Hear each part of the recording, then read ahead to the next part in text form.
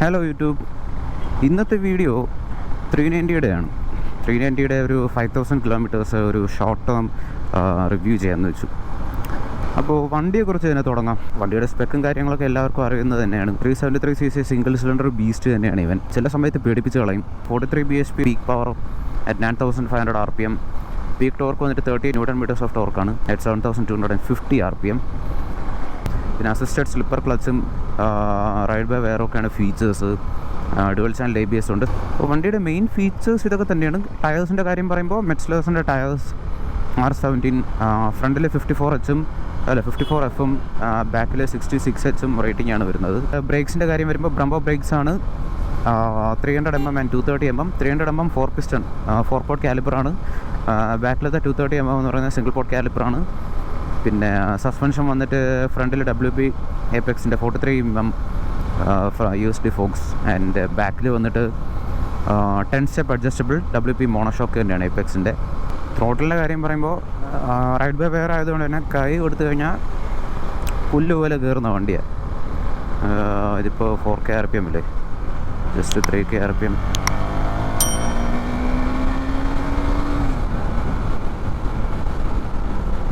ഇത്രേ ഉള്ളൂ.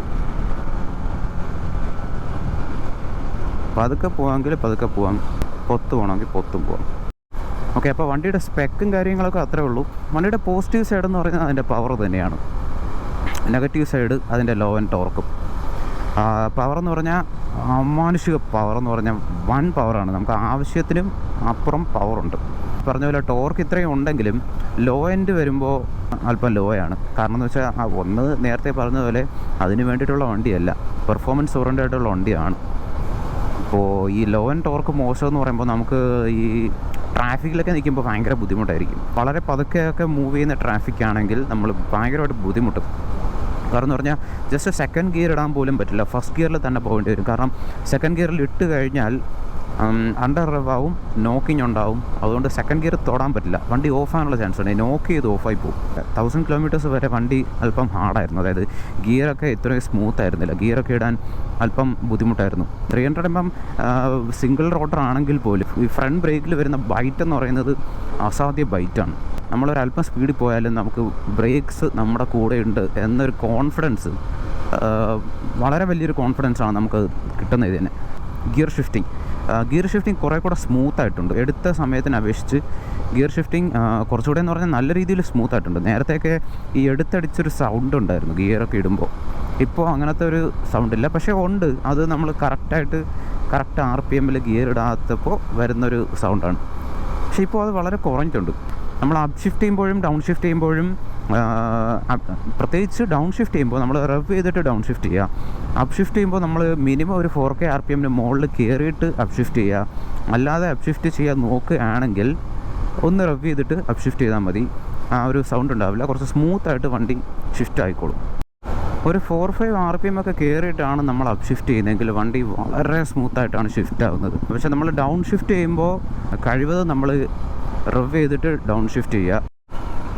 പിന്നെ ബ്രേക്കിൻ്റെ കാര്യം വരുമ്പോൾ നേരത്തെ പറഞ്ഞ പോലെ ഫ്രണ്ട് ബ്രേക്ക് മാത്രം മതി നമുക്ക്.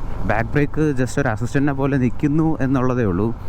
ബ്രേക്കിംഗ് റേഷ്യോ നോക്കുമ്പോൾ ഫ്രണ്ട് തന്നെയാണ് കൂടുതൽ. അത് നമുക്ക് ജസ്റ്റ് പിടിക്കുമ്പോൾ തന്നെ മനസ്സിലാവും. ഇപ്പോൾ ഇങ്ങനെ ഒരു ഫ്രണ്ട് ബ്രേക്ക് പിടിച്ചു കഴിഞ്ഞാൽ തന്നെ വണ്ടി നിൽക്കും. പക്ഷേ ബാക്ക് മാത്രം ഞാൻ പിടിക്കുക. ഇപ്പോഴും വണ്ടി പതുക്കെ മൂവിങ് ആണ്. ക്വിക്ക് ഷിഫ്റ്ററിൻ്റെ കാര്യം പറയുമ്പോൾ ഫുള്ളി ഫ്ലെഡ്ജ്ഡ് ആയിട്ടുള്ള ഒരു ക്വിക്ക് ഷിഫ്റ്റർ അല്ല 390ക്ക് വരുന്നത്. മീൻസ് സെമി പ്രഷർ സെൻസർഡ് ആണ്. അതായത് പ്രഷർ സെൻസർ ഉണ്ട്, പക്ഷേ സ്റ്റിൽ മെക്കാനിക്കൽ പാർട്സും യൂസ് ചെയ്യുന്നുണ്ട്. ഫുള്ളി പ്രഷർ സെൻസേർഡ് അല്ല. അതിൻ്റെ ഒരു ജെർക്കിനെസ്സും ലാഗിങ്ങും കാര്യങ്ങളും വളരെ നല്ല രീതിയിൽ അറിയാൻ പറ്റും. ഇനി ടയേഴ്സിൻ്റെ കാര്യം പറയുകയാണെങ്കിൽ കിടു സപ്പോർട്ടാണ്, കിടിലും ഗ്രിപ്പാണ്. കിടത്തണമെങ്കിൽ കിടത്തി പോവാം, പൊളിക്കണമെങ്കിൽ പൊളിച്ച് പോവാം. പക്ഷേ ടയർ തരുന്ന ആ ഒരു കോൺഫിഡൻസ്, ടയർ കിടിലും ഗ്രിപ്പെന്ന് പറഞ്ഞാൽ ഒരു രക്ഷയില്ലാത്ത ഗ്രിപ്പാണ്. പിടിച്ച് വെച്ചൊക്കെയാണ് ഗ്രിപ്പേ. അതുകൊണ്ട് തന്നെ നമുക്ക് എങ്ങനെ ഏത് രീതിയിൽ വേണോ പോകാനും, അതായത് വണ്ടി ഏത് രീതിയിൽ നമുക്ക് കൊണ്ടുപോകാനും ഭയങ്കരമായിട്ടുള്ളൊരു ധൈര്യമാണ് വണ്ടി നമുക്ക് തരുന്നത്. നമ്മളിപ്പോൾ ഒരു യാത്ര പോയിട്ട് അല്ലെങ്കിൽ നമ്മൾ ഓഫീസിലൊക്കെ പോയിട്ട് വണ്ടി കൊണ്ടുവയ്ക്കുന്നു, വൈകിട്ട് കൊണ്ടുവയ്ക്കുന്നു, പിറ്റേ ദിവസം രാവിലെ എടുക്കുമ്പോൾ അല്ലെങ്കിൽ അങ്ങനത്തെ സിറ്റുവേഷനിൽ കുറേ ടൈം കഴിഞ്ഞിട്ട് നമ്മൾ വണ്ടി ഓൺ ചെയ്യുമ്പോൾ വണ്ടി ഓണായിട്ട് പെട്ടെന്ന് ഓഫാവും. ആ ഒരു സിറ്റുവേഷൻ, അതായത് അങ്ങനെ ഓഫാവും എന്ന് നല്ല ഉറപ്പുണ്ടെങ്കിൽ ഞാൻ ത്രോട്ടിൽ ഓപ്പൺ ചെയ്ത് വെച്ചേക്കും, ക്ലോസ് ചെയ്യില്ല, വൈഡ് ഓപ്പൺ ആക്കി വെച്ചേക്കും. അപ്പോൾ ആകുമ്പോൾ പിന്നെ കുഴപ്പമില്ല. അത് ഓഫ് ആവാണ്ട് ഒരു 3-4 സെക്കൻഡ് നമ്മളൊന്ന് ജസ്റ്റ് ഒന്ന് പതുക്കെ റിവ് ചെയ്ത് കൊടുത്താൽ മതി, അത് ഓഫ് ആവത്തില്ല. പല 390ക്കും ഈവൻ ADVയിലും ഇങ്ങനെ ഒരു ഇഷ്യൂ ഉണ്ട്. പലർക്കും തോന്നുന്നൊരു ബുദ്ധിമുട്ട് എന്ന് പറയുന്നത് ഇതിൻ്റെ സീറ്റ് പൊസിഷനിങ് അഡ്ജസ്റ്റ്മെൻറ്റും കാര്യങ്ങളൊക്കെയാണ്. സീറ്റ് വളരെ കംഫർട്ടബിളാണ്. പക്ഷേ അത് എല്ലാവർക്കും ഒരേപോലെ ഇരിക്കുന്നില്ല. ഓരോ ആൾക്കാർക്കും ഓരോ രീതിയിലുള്ള കംഫർട്ടായിരിക്കും. ചിലർക്ക് സീറ്റ് പറ്റില്ലായിരിക്കും, ചിലർക്ക് ഹാർഡായിട്ട് തോന്നും. പക്ഷേ എനിക്ക് ഒരുപാട് ഹാർഡായിട്ട് തോന്നുന്നില്ല, ഒരുപാട് സോഫ്റ്റായിട്ട് തോന്നുന്നില്ല. അഡിക്വറ്റായിട്ടുള്ള സ്പഞ്ചിനെസ് തന്നെയാണ് സീറ്റിനുള്ളത്. അപ്പോൾ സീറ്റ് കംഫർട്ട് നോക്കരുത്. ഞാനൊക്കെ എന്തിനാണ് എടുത്ത് ചാടുന്നത്? ഓക്കെ, അപ്പോൾ ഒരിക്കലും സീറ്റ് കംഫർട്ട് എന്ന് പറയുന്ന സാധനം നിങ്ങൾ ലോങ് റൈഡ് പോകുമ്പോൾ ഒരുപാടൊന്നും പ്രതീക്ഷിക്കരുത്. നിങ്ങൾ കറക്റ്റായിട്ട് ബ്രേക്കൊക്കെ എടുത്ത് കറക്റ്റ് ആഹാരം കഴിച്ച് അല്ലെങ്കിൽ വെള്ളമൊക്കെ കുടിച്ച് പോവുകയാണെങ്കിൽ നിങ്ങൾക്ക് ഒരുപാട് അങ്ങനെ ഒരു ഡിസ്കംഫർട്ട് തോന്നുന്നില്ല.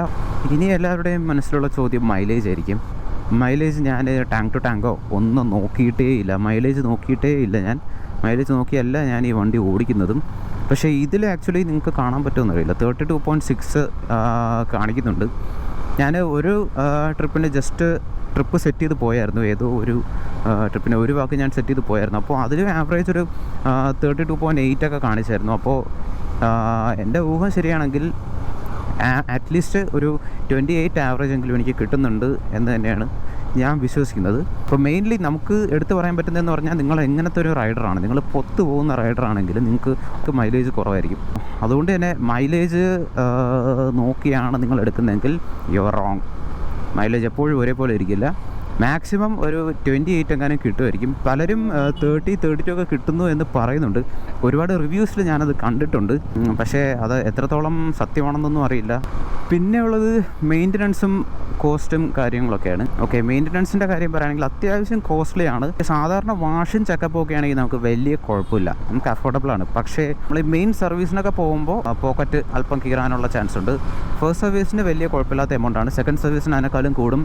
തേർഡ് സർവീസിന് ഒരുപാട് പാർട്സ് മാറുന്നുണ്ട്, നല്ല രീതിയിൽ കോസ്റ്റ് ആവും. So first service frequency 1000 kilometres ആയിരുന്നു. ഇനിയുള്ള സർവീസിൻ്റെ ഫ്രീക്വൻസി എന്ന് പറഞ്ഞാൽ 7500 കിലോമീറ്റേഴ്സാണ്. അപ്പോൾ ഇനി അടുത്ത സർവീസ് വന്നിട്ട് 8500 ആണ് എനിക്ക്. ഫുൾ ഉത്സവ സീസണായിട്ട് ഭയങ്കര സൗണ്ടാണ്. അപ്പോൾ പാർട്സിൻ്റെ റേറ്റ് നോക്കുകയാണെങ്കിൽ പാർട്സൊക്കെ നല്ല കോസ്റ്റ്ലിയാണ്. എങ്ങാനും നിങ്ങൾ കൺട്രോൾ ഇല്ലാണ്ട് പോയി ഏതെങ്കിലും ചെയറിൽ ചേർന്നിരിക്കുകയാണെങ്കിൽ നിങ്ങൾക്ക് നല്ല രീതിയിൽ പൈസ കയറും. എല്ലാ പാർട്സും, ഒരു പാർട്സും വെയിറ്റ് ഉള്ള സാധനമില്ല. ആ കൂടെ എൻജിൻ മാത്രമാണ് വെയിറ്റ് എന്ന് പറയാനുള്ള 40 കിലോസ്. ബാക്കി എല്ലാം കൂടെ ചേർന്നിട്ടാണ് 100 കിലോ വരുന്നത് തന്നെ. അതുകൊണ്ട് തന്നെ ഫ്രണ്ട് ഇടിക്കുമ്പോൾ അലയുടെ കാര്യത്തിലൊരു തീരുമാനം. പിന്നെ സസ്പെൻഷൻ പറയേണ്ട കാര്യമില്ല. അടുത്ത് ഇടി കിട്ടുന്നത് നമ്മുടെ ഹെഡ്ലൈറ്റ് അസംബ്ലിക്കാണ്. ഹെഡ്ലൈറ്റ് അസംബ്ലി പോയാൽ തന്നെ 10-25,000 രൂപ അവിടെ തീരും നിങ്ങൾക്ക്. ഇതേപോലത്തെ കോസ്റ്റ്ലി ആയിട്ടുള്ള ഐറ്റംസ് കിട്ടാനും ഇച്ചിരി ബുദ്ധിമുട്ടാണ്. കാരണം എപ്പോഴും കോസ്റ്റ്ലി ആയിട്ട് ഇതേപോലെ ഇത്രയും എക്സ്പെൻസീവ് ആയിട്ടുള്ള ഐറ്റംസ് സ്റ്റോക്കിൽ വെക്കണമെന്ന് നിർബന്ധമില്ല. പിന്നെ അത് കഴിഞ്ഞ് പോകുന്നത് നമ്മുടെ ഈ സ്വന്തം TFT ഡിസ്പ്ലേ ആണ്. അത് പോയി കഴിഞ്ഞാൽ തന്നെ അബൌട്ട് 12 ഉണ്ട്. ഇപ്പോൾ തന്നെ 1.25 ലക്ഷം രൂപയ്ക്കുള്ള വകയായി. അപ്പോൾ വണ്ടി കൊണ്ട് നടക്കുമ്പോൾ വളരെ സൂക്ഷിച്ച് കൊണ്ട് കിടക്കുക. അപ്പോൾ 5000 കിലോമീറ്റേഴ്സിൻ്റെ ഒരു ഷോർട്ട് ടേം റിവ്യൂ എന്ന് പറയാനായിട്ട് ഇത്രയേ ഉള്ളൂ. അതിൽ വളരെ ഇറിറ്റേറ്റിംഗ് ആയിട്ടുള്ള ഇഷ്യൂ എന്ന് എനിക്ക് തോന്നിയ ഒരൊറ്റ കാര്യം മാത്രമേ ഉള്ളൂ. ഓൺ ചെയ്യുമ്പോൾ പെട്ടെന്ന് ഓഫായി പോകുന്ന ഒരു ഇഷ്യൂ. പക്ഷേ ആർക്കെങ്കിലും ഇങ്ങനത്തെ ഒരു ഇഷ്യൂ ഉണ്ടെങ്കിൽ, അത് ഇറിറ്റേറ്റിംഗ് ആയിട്ട് തോന്നുന്നെങ്കിൽ നിങ്ങൾ തീർച്ചയായിട്ടും ഷോറൂമായിട്ട് ബന്ധപ്പെടുക. അതിനുവേണ്ടിയുള്ള കാര്യങ്ങളൊക്കെ ചെയ്യുക. ഇല്ലെങ്കിൽ അത് വലിയ വലിയ ഇഷ്യൂസിലോട്ട് മാറും. 390യുടെ വേറെ എന്തെങ്കിലും കാര്യത്തിനെക്കുറിച്ച് സംസാരിക്കാൻ വിട്ടുപോയിട്ടുണ്ടെങ്കിൽ ജസ്റ്റ് കമൻറ്റ് ബോക്സിൽ ഇടുക. അടുത്ത വീഡിയോയിൽ ഞാൻ അതും കൂടെ ഉൾപ്പെടുത്തി ചെയ്യുന്നതായിരിക്കും. ഓക്കെ ഫ്രണ്ട്സ്, അപ്പോൾ നിങ്ങൾക്ക് വീഡിയോ ഇഷ്ടപ്പെട്ടെങ്കിൽ തീർച്ചയായും സപ്പോർട്ട് ചെയ്യുക, ലൈക്ക് ചെയ്യുക, ഷെയർ ചെയ്യുക. എന്ത് ക്വറി ഉണ്ടെങ്കിലും കമൻറ്റ് ചെയ്യുക. 390 ബന്ധപ്പെട്ട എന്ത് ക്വറി ഉണ്ടെങ്കിലും ജസ്റ്റ് കമൻറ്റ് ചെയ്താൽ മതി, അതിന് റിപ്ലൈ ഇട്ടേക്കാം. ഓക്കെ, അപ്പോൾ നെക്സ്റ്റ് വീഡിയോ കുറച്ചുകൂടെ ഇൻട്രസ്റ്റിംഗ് ആയിട്ടുള്ള ഒരു ടോപ്പിക്കായിട്ട് വരാം. Okay, till then bye. എന്ത് ചൂടാണ് ഇത്, സൂര്യനാണെന്ന് തോന്നുന്നു.